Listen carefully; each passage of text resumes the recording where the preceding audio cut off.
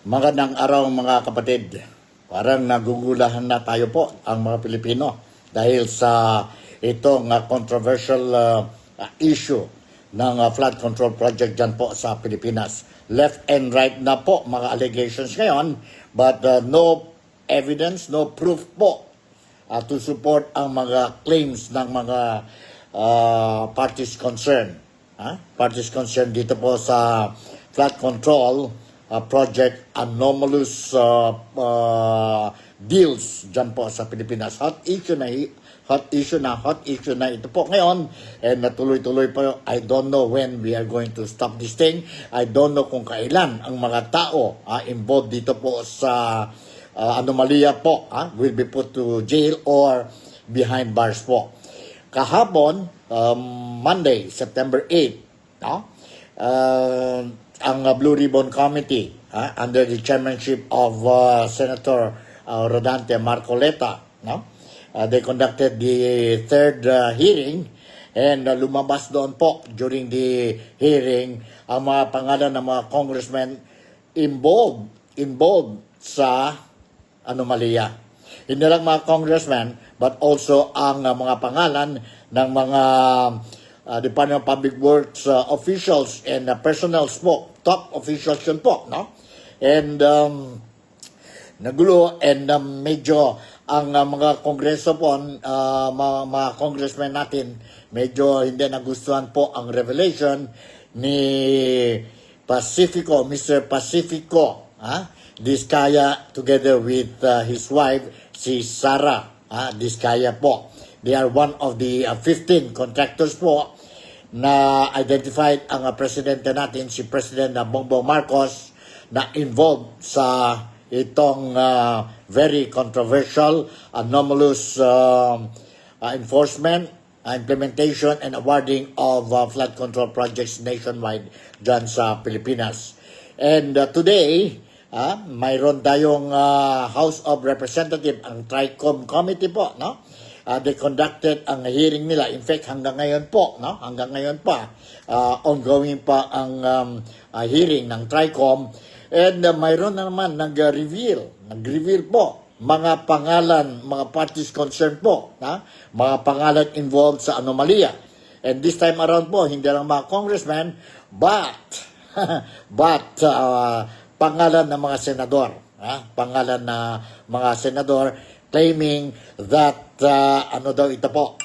they are involved in the transaction, illegal transactions po. Sino-sino po ito? Si Senator Jinggoy Estrada was mentioned, and si Senator Joel Villanueva.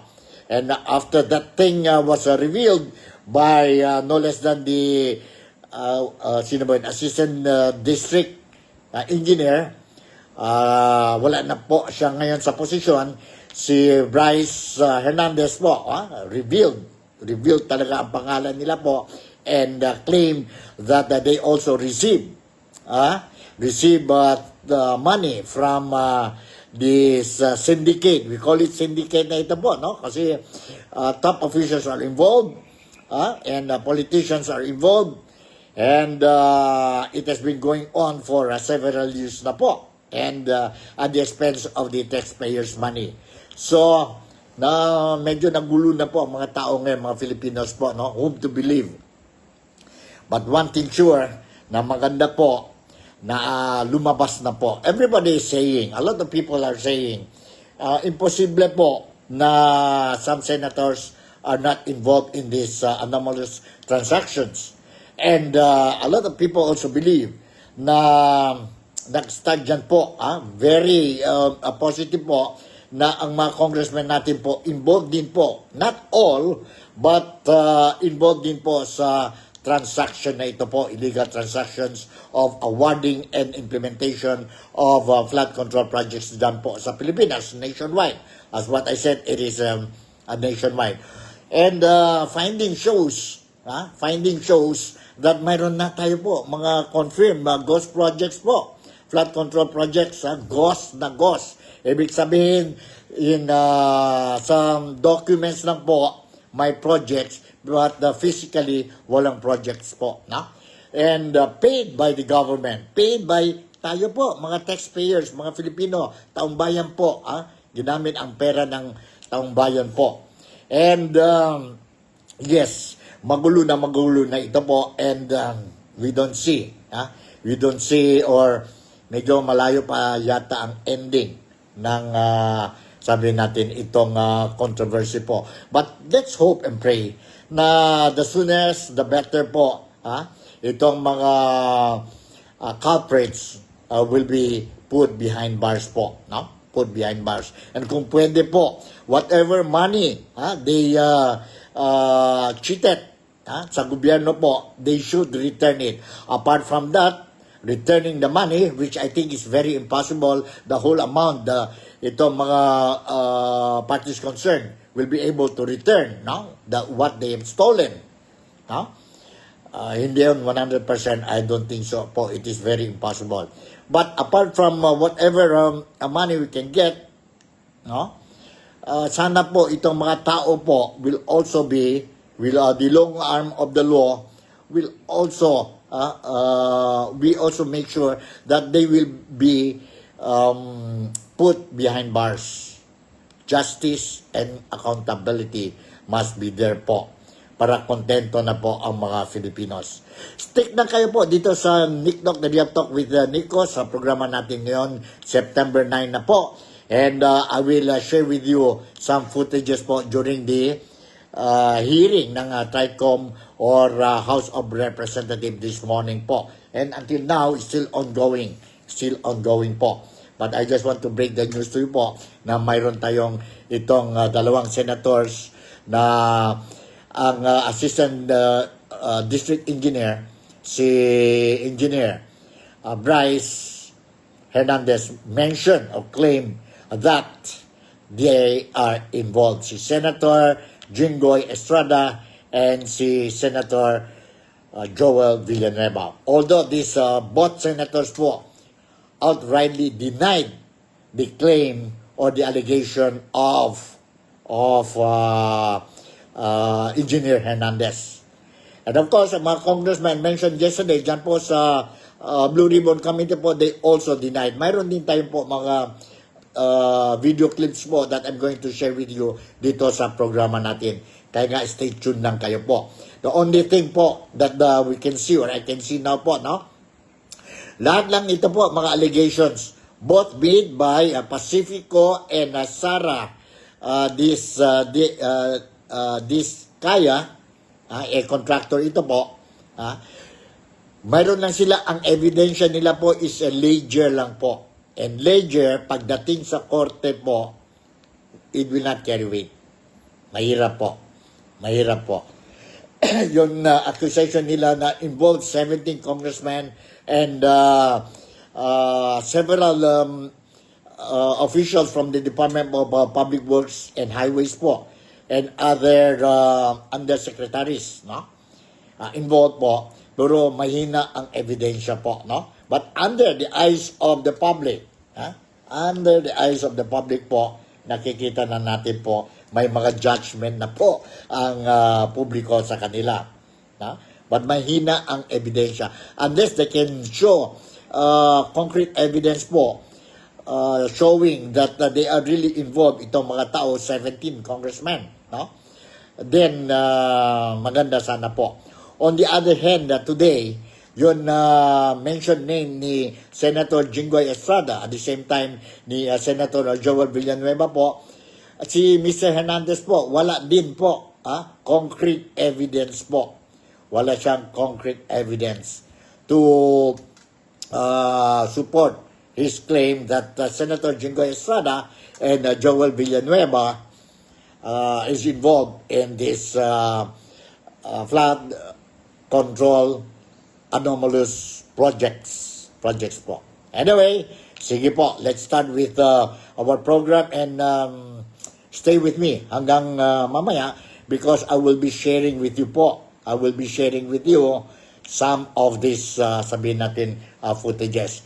To start with, let me read you an article po, a news article, and already published po sa social media, sa mainstream media po dyan sa Pilipinas, coming from ABS-CBN. The heading of the news article is ex-DPWH. DPWH means Department of Public Works and Highways.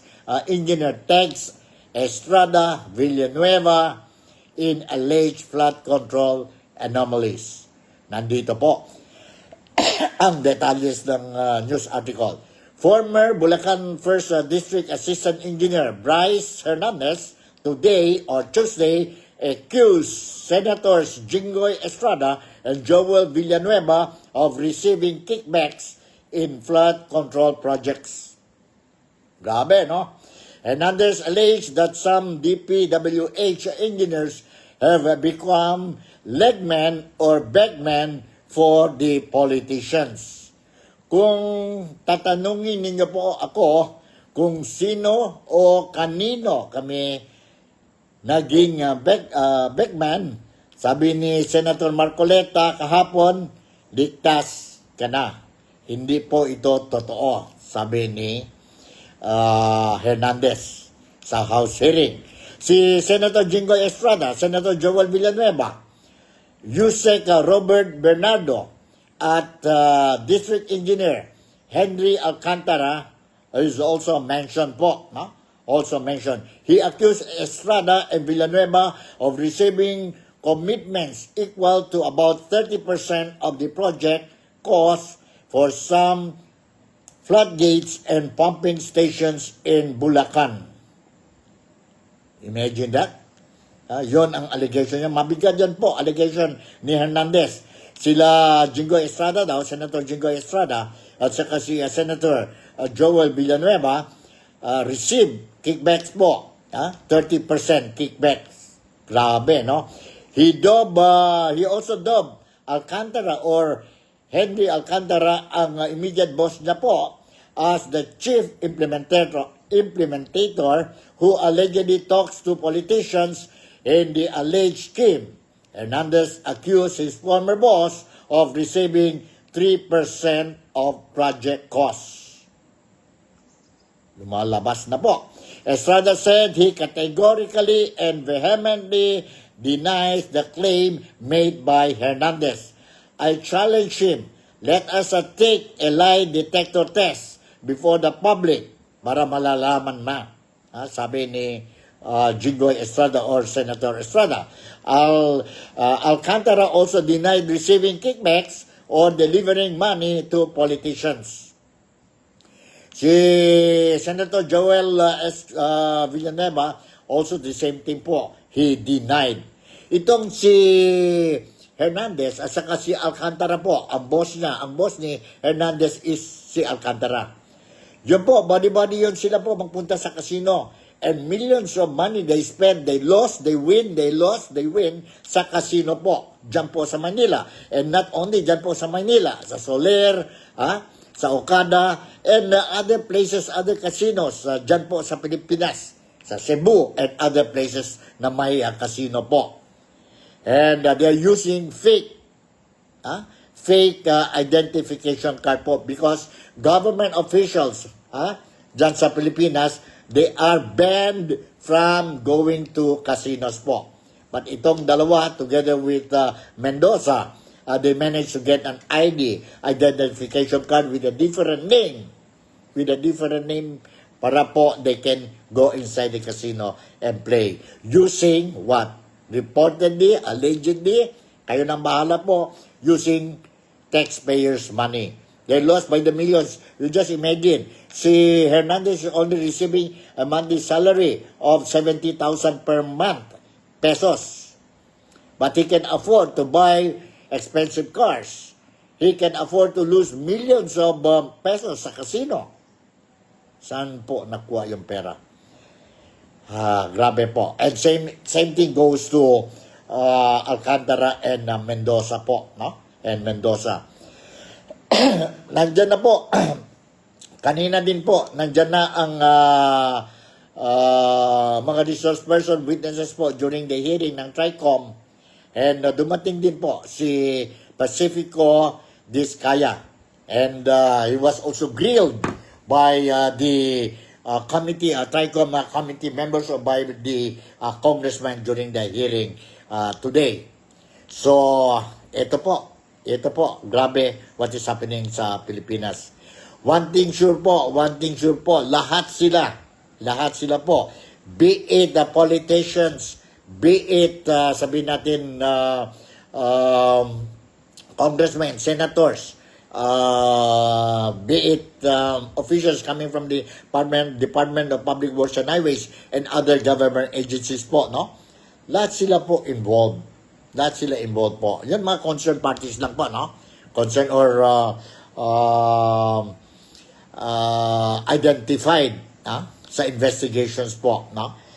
They are involved. They're guilty. For me, how I look at it, no? Unless they have concrete evidence to prove themselves po na they don't have any involvement dyan po sa anomalya, sa flood control anomalous dealings po, then absuelto sila. But if you cannot prove a strong evidence po that you did not participate in these dealings po, corrupt dealings po, then you deserve to be behind bars po. You deserve to be behind bars. Alright? So, first thing first po, I want to share with you itong video clip. Video clip wherein itong si Engineer Bryce Hernandez, during the hearing this morning po, he revealed ang mga pangalan ng mga senador. Let's listen to this fellow po, which I think I myself believe he should also be behind bars. Kawawa po ang mga Filipinos po tayo, mga overseas Filipino workers. Mahirap tayo po, no? We are sacrificing ourselves outside, working outside our country, leaving behind our loved ones temporarily po, trying to help the country, the economy of the country through our remittances po, only to find out na our taxes, our money po, only goes to the wrong people. Po. And wala tayong changes po. Kunti ang changes o walang changes or improvements dyan sa Pilipinas.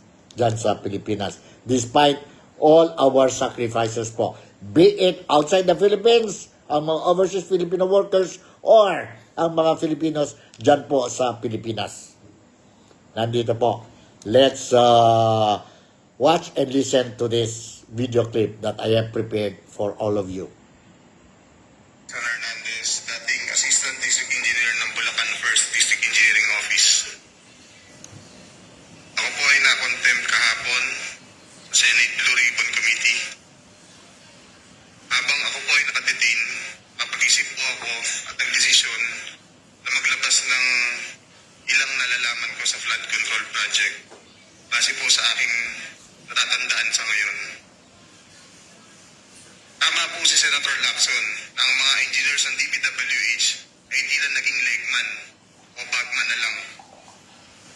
Kung tatanungin niyo po ako kung sino o kanino kami naging bagman, nasagutin ko na po ngayon.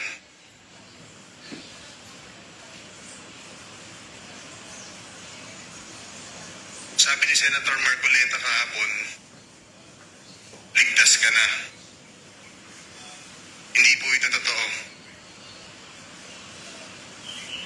Si Senator Jinggoy Ejercito Estrada, Senator Joel Villanueva, Yusek Robert Bernardo, at D. Alcantara. Si Senator Jinggoy po ay nagbaba ng 355 million ngayong 2025 sa mga ilang projects sa Bulacan.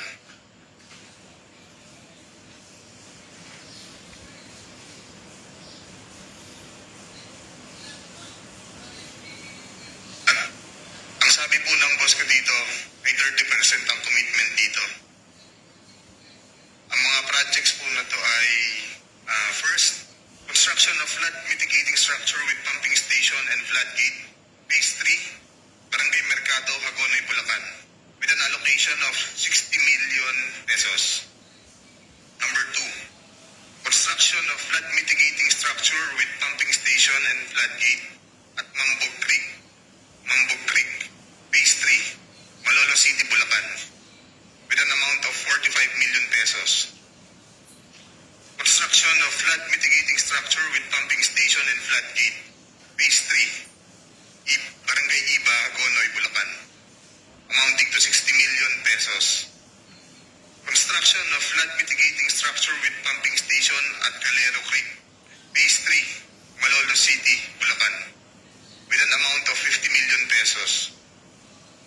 Construction of flood control structure including pumping station and floodgate, Phase 3, Barangay Mayto, Kalumpit, Bulacan, with an amount of 60 million pesos.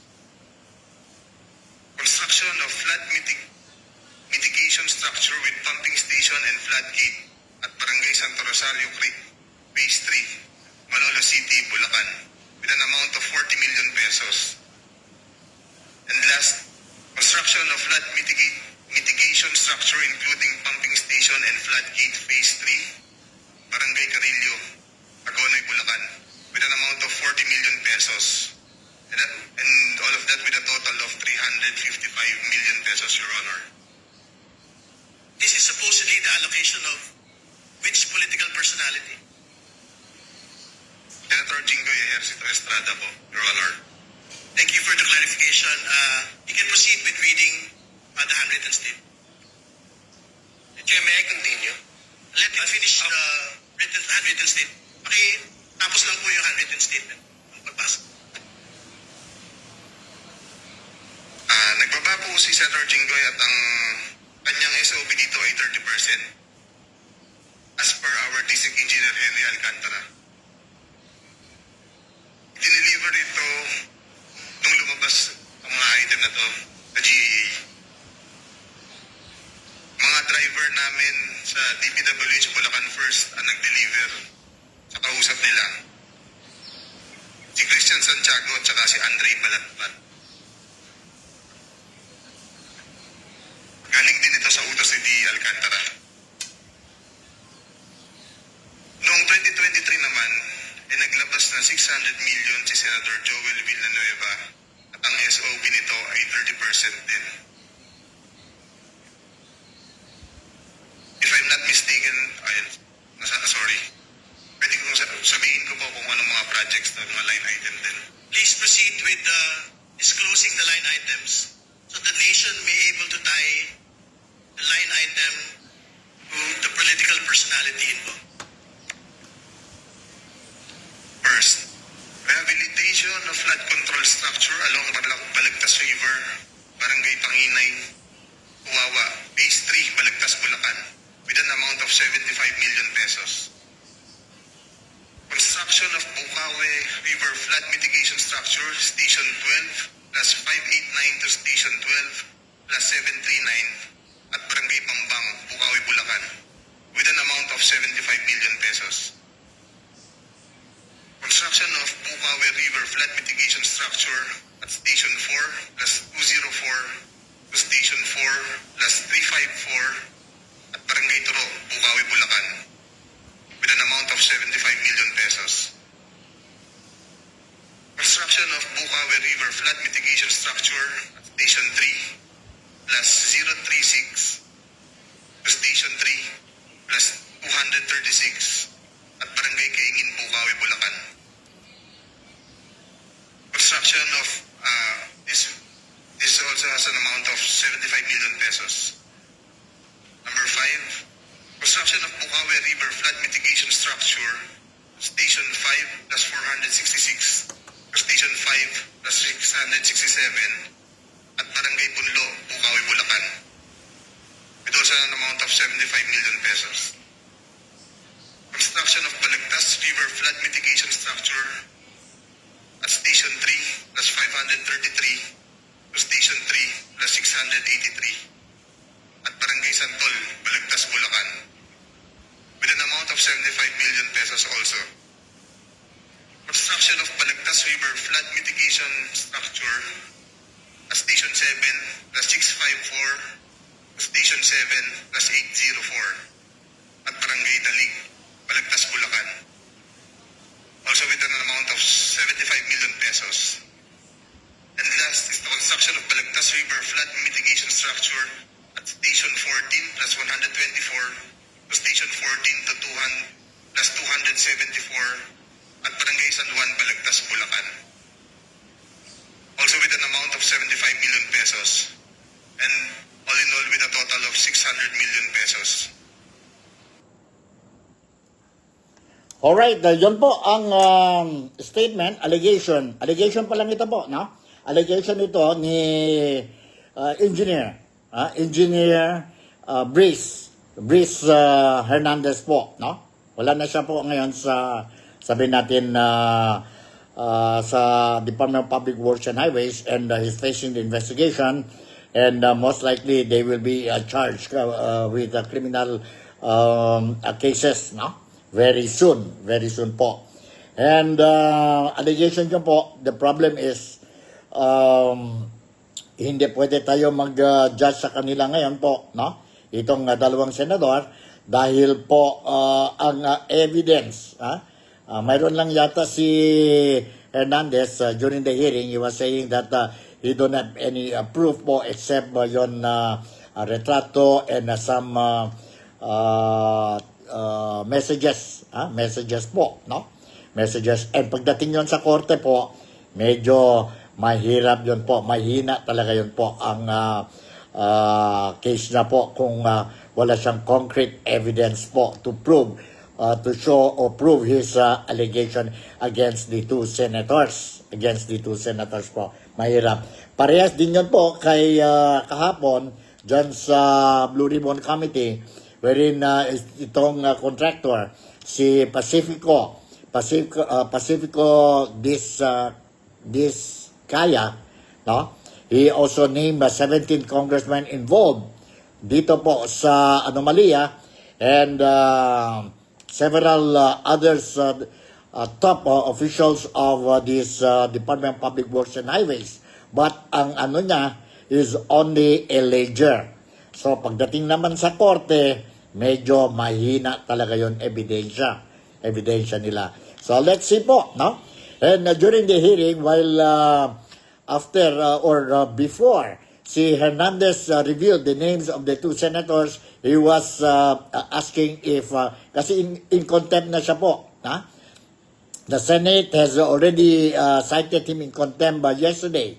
So under the custody na ito si Fernandez dyan po sa Senado, no? Dyan sa Senado. So he was asking for his security before he will reveal these names po. He was asking kung pwede po, do not return him back to the Senate today. Kasi mahirap na po. He was worried about his security aspect as well as his family. So, si Representative, ang chairman ng TRICOM, si Representative Terry Ridon, assured him that they will look into the request and they will contact ang Senate, the new Senate President, si Tito Soto, Senator Tito Soto po, to see how to secure the security of Hernandez. And I was made to understand, it was also published already dyan po sa mainstream media sa Pilipinas, that instead of keeping him in the House of Representatives Detention Center, detention facility, or dyan po sa Senado, return him back to the Senate, what they decided is to hand him over sa custody ng Philippine National Police for security reasons po. Yon ang decision. Po. Alright? So, yon po, mga allegations na 300 plus million involved si Senator Jingo Estrada. Allegation lang yan po. Again, I just want to say it's only allegation. And 600 plus million involved po si Senator Joel Villanueva po. Now, let's listen ang reaction ni Senator Jingoy Estrada and the reaction of Senator Joel Villanueva on this issue po. On this issue, sana yun?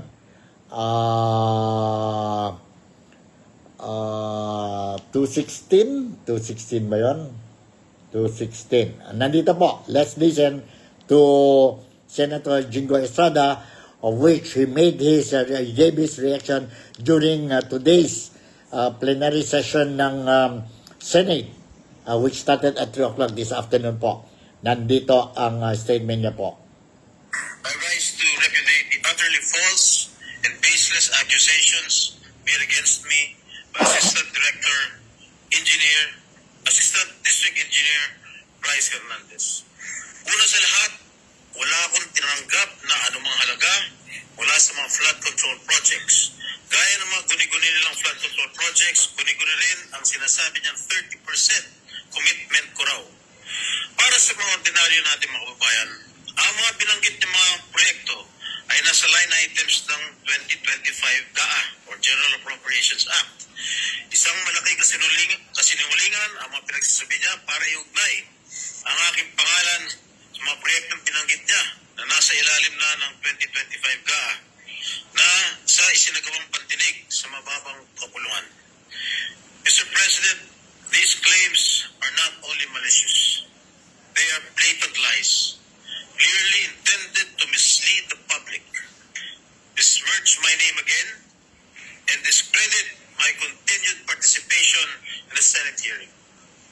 I am not merely challenging Mr. Hernandez to take a lie detector test with me. I am demanding that he prove every single allegation he has made in a court of law. If he dares to stand by his claims, then he must back them up with solid, refutable evidence. No hearsay, no fabricated narratives, just facts. And let the truth come out once and for all. I will not allow this brazen attempt to smear my name to go unanswered. This will not pass quietly.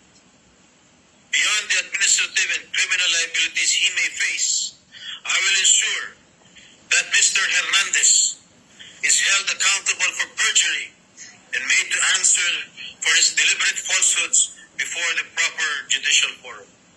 Let this serve as a warning. Lies have consequences, and I will pursue every legal remedy to make sure justice is served. Thank you, Mr. President. Alright, yun po, narinig natin po si Senator Jingo Estrada. Galit na galit po si Senator Jingo Estrada after narinig niya po ang allegation ni Engineer Bryce Hernandez po.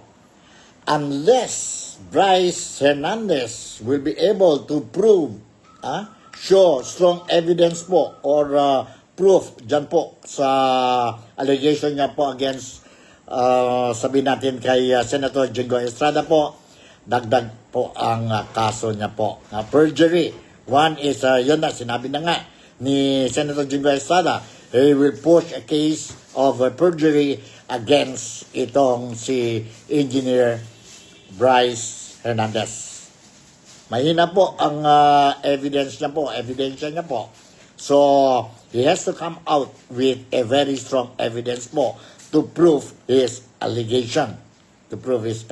Po. The way we look at it, the way how I look at it po, ito si Bryce. And now body sila noon with his boss, si Engineer Henry Alcantara, now is laglagan na po, no? Laglagan na sila dalawa at saka si Mendoza po, no? So obviously, based on the initial investigations that we heard both from the House of Representatives and of course from the Blue Ribbon Committee po, nakikita na natin po, we can already see na itong mga tao po mentioned, these people mentioned po, they are really involved. In fact, this is a syndicated activities na po, no? Grabe na talaga ito po. We are not only talking here about during the time of Napoles. Napoles, ang case na po was only 10 billion pesos ang pork barrel. This one po is by the billions din po. Sobrang-sobra po. No? Sobrang-sobra. And during the hearing this afternoon, this morning po, no? Mayroon mga pictures lumabas po. They showed, during the hearing, millions of pesos po nasa opisina, nasa opisina ni Engineer Henry Alcantara. According to Hernandez, na itong certain contractor din po, si Sally Santos, normally, she will bring the money by the cartoon shop po, no? Sa opisina ni Henry Hernandez, sa third floor po, dyan po sa Bulacan, the Department of Public Works and Highways, a building, and then for safekeeping lang yun po. And then ang tao ang boss niya, si Henry Alcantara, will go and get the money po, no? And then they managed to take some pictures po itong grupo ni Hernandez, and it was shown dyan po sa hearing today. Sa hearing today. Grabe talaga po ang pera. Grabe talaga po, no? So, ganito po ang sitwasyon. And this time around, let me show you also the reaction coming from Senator Joel Villanueva po. Joel Villanueva. Nandito po. Let's watch and listen to this. Hold on, Joel Villanueva. Diyan po din. He made his statement, his reaction po during the plenary session this afternoon po, dyan po sa House of the Senate. Let's watch and listen to this. Hindi po tayo natatakot sa mga ganitong uri ng demolition job. Handa rin po tayong madungisan ng ating pangalan, mainsulto o batikusin kung ito naman po ang magliligtas sa ating mga kababayan at tuldok sa anlibaha. Mr. President, let me put this on record. Alam ko po kung bakit lumabas ang pangalan ko. Kahapon ho, Ginoong Pangulo, and Senator JV and Senator Chis would attest to this. May hawak po ako ng mga affidavits ng mga taga-DPWH sa Bulacan. Pinakita ko po sa kanila at sabi ko, i-bring up ko po doon sa committee ni Senator Marcoleta.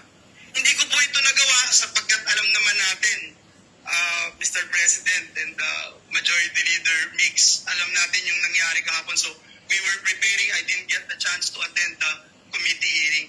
Pero sabi ko nga po kay SP Chis kahapon at kay Senator JV, this is way too low. Assistant District Engineer. Para namang, bakit naman pag-aaksayahan ko ito ng panahon? And then, ito nga po, lumabas bigla kahapon ang taong ito.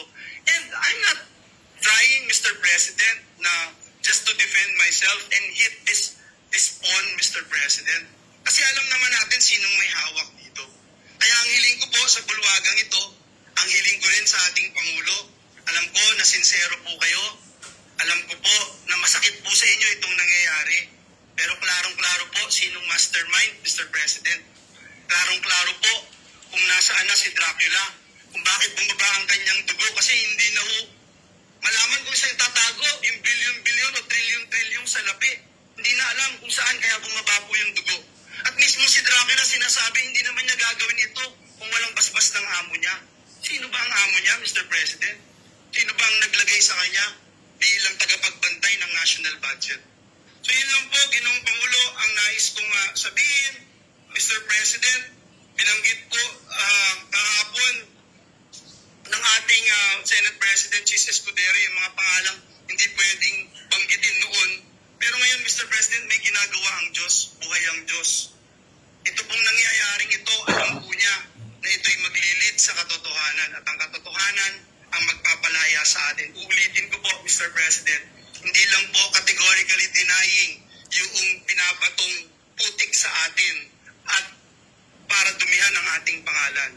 May resibo po tayo, madaling verifikahin, tayo po ay more than willing mag-undergo at sumali sa anumang investigasyon sapagkat wala po tayong tinatago. Ngunit ang hiling ko, Mr. President, atin pong alamin at siguruhin na may ebidensya yung ating mga sinasabing sangkot dito.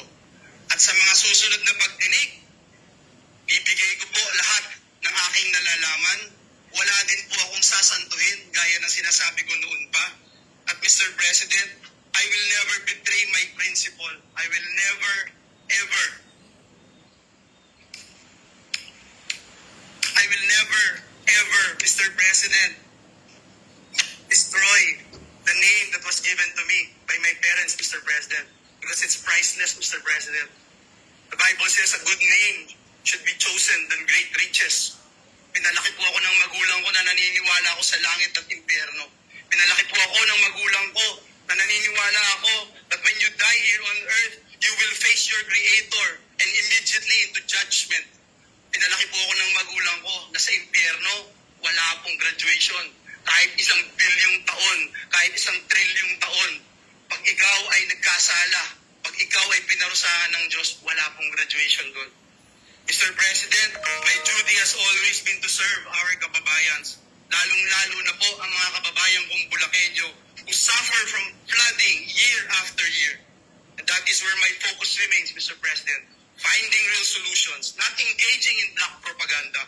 Mr. President, I will not be distracted by lies. And instead, I affirm my commitment to the work that truly matters, serving our people with honesty and integrity. Maraming salamat po, Ginoong Pangulo. Alright, yun po, narinig natin po si Senator Joel Villanueva ang statement niya tungkol ang reaction niya tungkol sa what happened kahapon and today dyan po sa House of Representative TRICOM hearing po, no? Hearing. Kayo po, what do you think?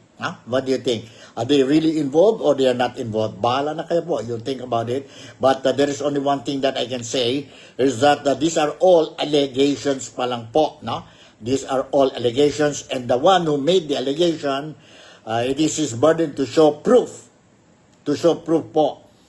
It is not for the respondents to show proof po that they are clean. Those who made the allegations, sila po kailangan ipresenta ebidensya po na talagang involved itong mga tao po. Lahat po sana, lahat yun po mga parties concerned, involved dyan po sa Department of Public Works and Highways po, dapat you remove them immediately. Remove them immediately. This is a syndicated gang already po. It means maraming tao involved. Maraming tao involved po, no? For as long as we are not going to remove these people and replace them with a new one. Kaya nga sabi ni Vince, I still remember, was it yesterday, sabi ni newly appointed Secretary ng the Department of Public Works and Highways, si Secretary Vince Dizon. Sabi niya, when he accepted the offer made to him by President Bongbong Marcos to be the Secretary of the Department of Public Works and Highways, nagtanong-tanong siya po sa mga kaibigan niya po dyan sa loob ng Department of Public Works and Highways and dyan po din sa labas. No? Whom can I trust? Mga tao dyan sa Department of Public Works and Highways. Sabi niya, it is not easy job for him. Because ang marching order kay Secretary Vince Dizon is to clean up the mess and clean up the department. So, nahirapan na po si Secretary Vince Dizon because sabi niya the first thing that is facing problem is whom to trust. Mahirap na daw mag-trust ang mga empleyado na dyan po sa Department of Public Works and Highways. Tingnan niyo po. Tingnan niyo po what is happening. Can we trust also our politicians po? And nakita natin po during the hearing, TRICOM hearing po, na notice ako po, there are some congressmen who's trying because itong mga contractors po, they're talking about the engineers and the contractors so involved, mentioned in this anomalous transactions or dealings, no? Sabi some of the congressmen, Bakit hanggang from 2022 lang hanggang 2025? And 22 to 25 means the time of the administration of Bongbong Marcos, who is the current president of the Philippines. Why not go back to the previous government? So in other words, they also want to get involved dyan po sa Duterte administration, which a lot of people already has been speculating na every time there are sabihin natin controversial issues, may mga tao po will try to connect Duterte to this controversy po, to this problem. Yun po nakikita natin po. In fact, was it sino ba yun? Representative, there is one representative who was also questioning, is it Representative Garin? I'm not sure. Please correct me if I'm wrong. Also, I tried to ask the Department of Public Works and Highways kung totoo ba. Mayroon din, how much? 21 million? Is it million? A billion? Flood control projects po dyan sa Davao. Sa Davao po. So, parang they also want to, implicate also ang administration ni Duterte po, ni Duterte. But let's see po, because according to the people behind this or involved in this anomalous expose, na it all started, even ang contractor si Diskaya was saying he started his business as early as 2012 during the time of former president of the Philippines, si Gloria Macapagal Arroyo, and then si Pinoy, the late President Pinoy, Duterte, and Marcos po. There are some congressmen who are saying na questioning this Mr. Diskaya na ilan ang proyekto siya nakuha during the time of the Duterte administration. Of which this congressman was saying he heard that he was top on the list. Itong si Diskaya po, top on the list sa mga contractors during the time of Duterte administration. We'll see po. They have all the rights also to us since investigation na yan po. Anyway, sige lang po. Let's share you another video clippings po. It is a news coming from the mainstream media dyan po sa Pilipinas. Ang mga reactions ng mga congressmen that includes even the Speaker of the House, si Speaker Romualdez, Martin Romualdez po, and other congressmen whose name were mentioned by Diskaya yesterday during the Blue Ribbon Committee po dyan sa Senado. Let's watch and listen to this news report po. Sandali, hold on. Let's watch and listen to this news report. Alright, saan na yun? Nandito po. Let's listen to this. Sa pagganda ng mag-asawang Curly at Sara Diskaya tungkol sa mga nakatanggap umano ng komisyon sa kanilang mga nakuhang proyekto sa DPWH, kanya-kanyang tanggi ang mga pinangalanan. Si House Speaker Martin Romualdez, pinabulaanan ang alegasyong dawit siya sa anumang komisyon. Giit niya, kung merong nang abuso o gumamit ng pangalan niya para kumita, sila raw ang dapat managot kahit sino pa raw yan. Kailanman ay hindi raw siya tatanggap ng suhol mula kanino man. Walang sino man daw ang kayang manuhol sa kanya at alam daw yan ng lahat ng kongresista. Self-made daw siya at hindi niya papayagang masira siya ng perang hindi naman kanya. Giit naman ni dating San Jose del Monte, Bulacan Representative at ngayon Mayor Florida Robes, kung sino man ang gumagamit ng pangalan niya, mangilabot naman daw. Wala raw ghost project sa kanila. Tinawag namang demolition job ni Marikina City Representative Marcy Teodoro ang pagdawit sa kanya. Hindi pa raw siya ang congressman ng magkaproyekto ang mga diskaya sa kanila. Hindi raw siya kailanman humingi o tumanggap ng pera. Pinag-iisipan niya raw magsampa ng kaso. Pati si Quezon City 1st District Representative Arjo Atayde, pinabulaan ng nakipag-ugnayan siya sa mga diskaya. Hindi niya raw ginamit at gagamitin ang kanyang posisyon para sa pansariling pakinabang. Gagawin niya raw ang lahat para malinis ang kanyang pangalan. Tinanggi rin ni Romblon Representative Alejandro Jesus Madrona ang pagkakadawit niya.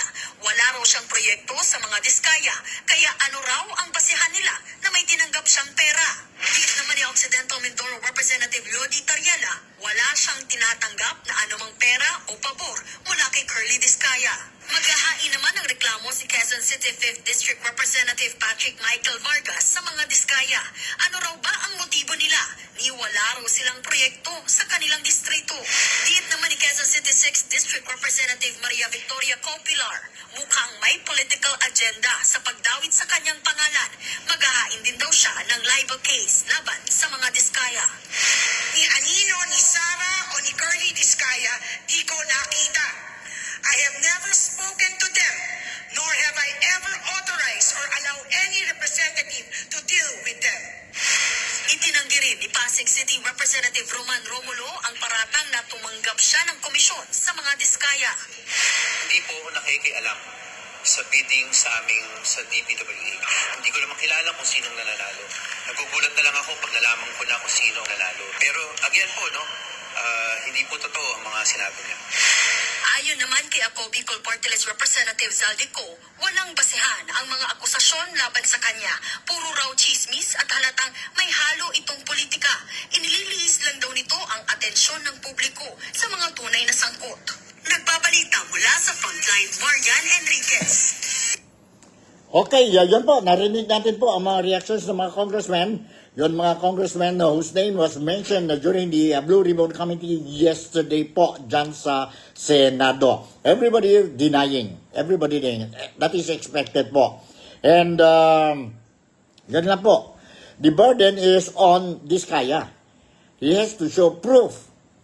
To show proof na what is saying na they are giving 25% sa mga congressmen, sa mga representatives, sa mga drivers na itong mga congressmen po, no? They have to show proof po. Ang problema lang dyan po si Diskaya, he only got itong ledger lang po. And it's not signed. Definitely, ang mga congressmen, if totoo naman po involved sila, definitely they will not leave behind evidence po. They will not sign that they received certain amount from a certain person po, no? That is normal talaga. Expected na yun po, no? So, mahirapan yata ang bottle ni Diskaya po. And Diskaya would likely face itong plunder case against him, no? In fact,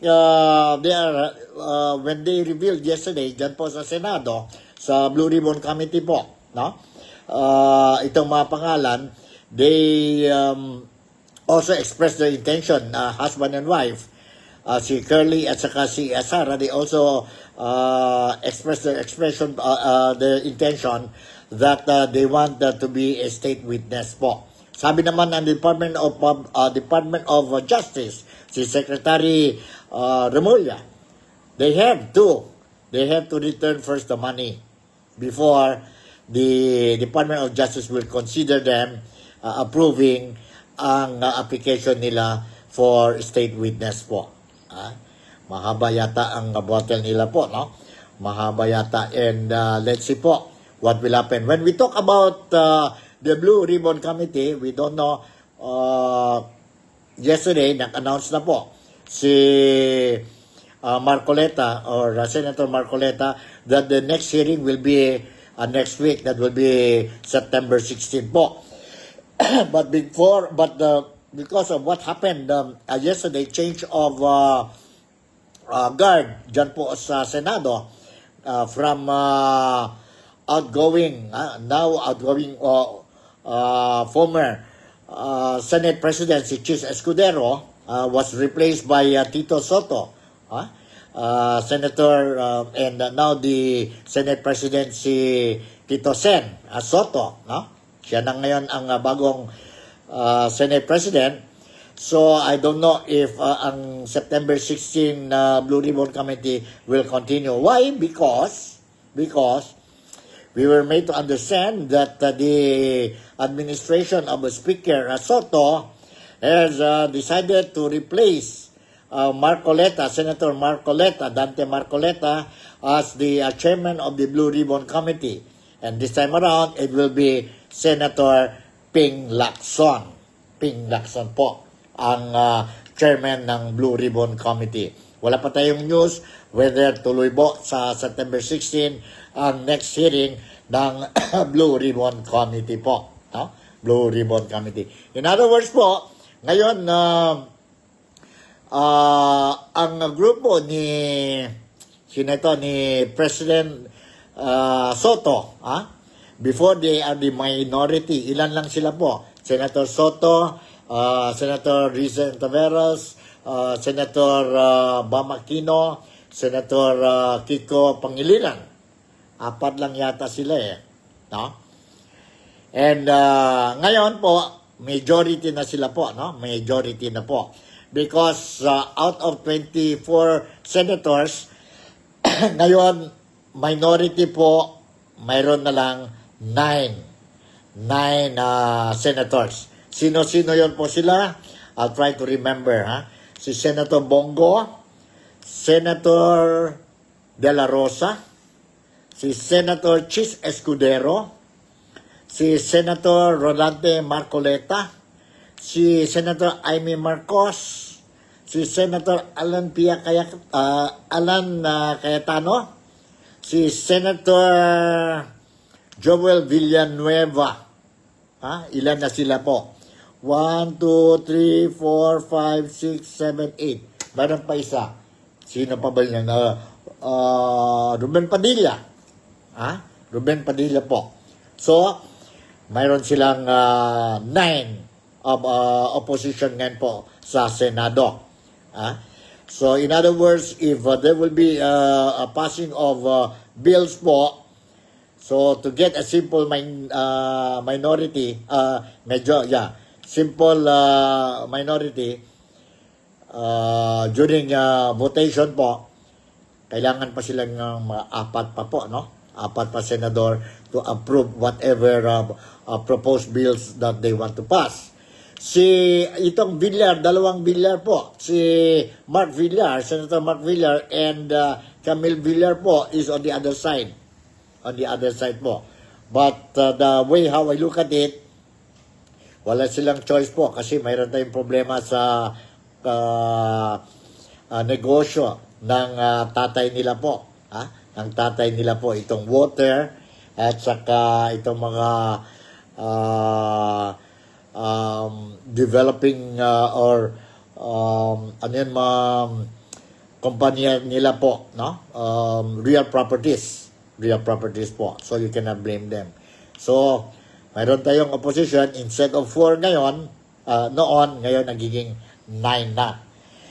9 na sila. So ganito po ang sitwasyon dyan po sa Pilipinas. And let's see whatever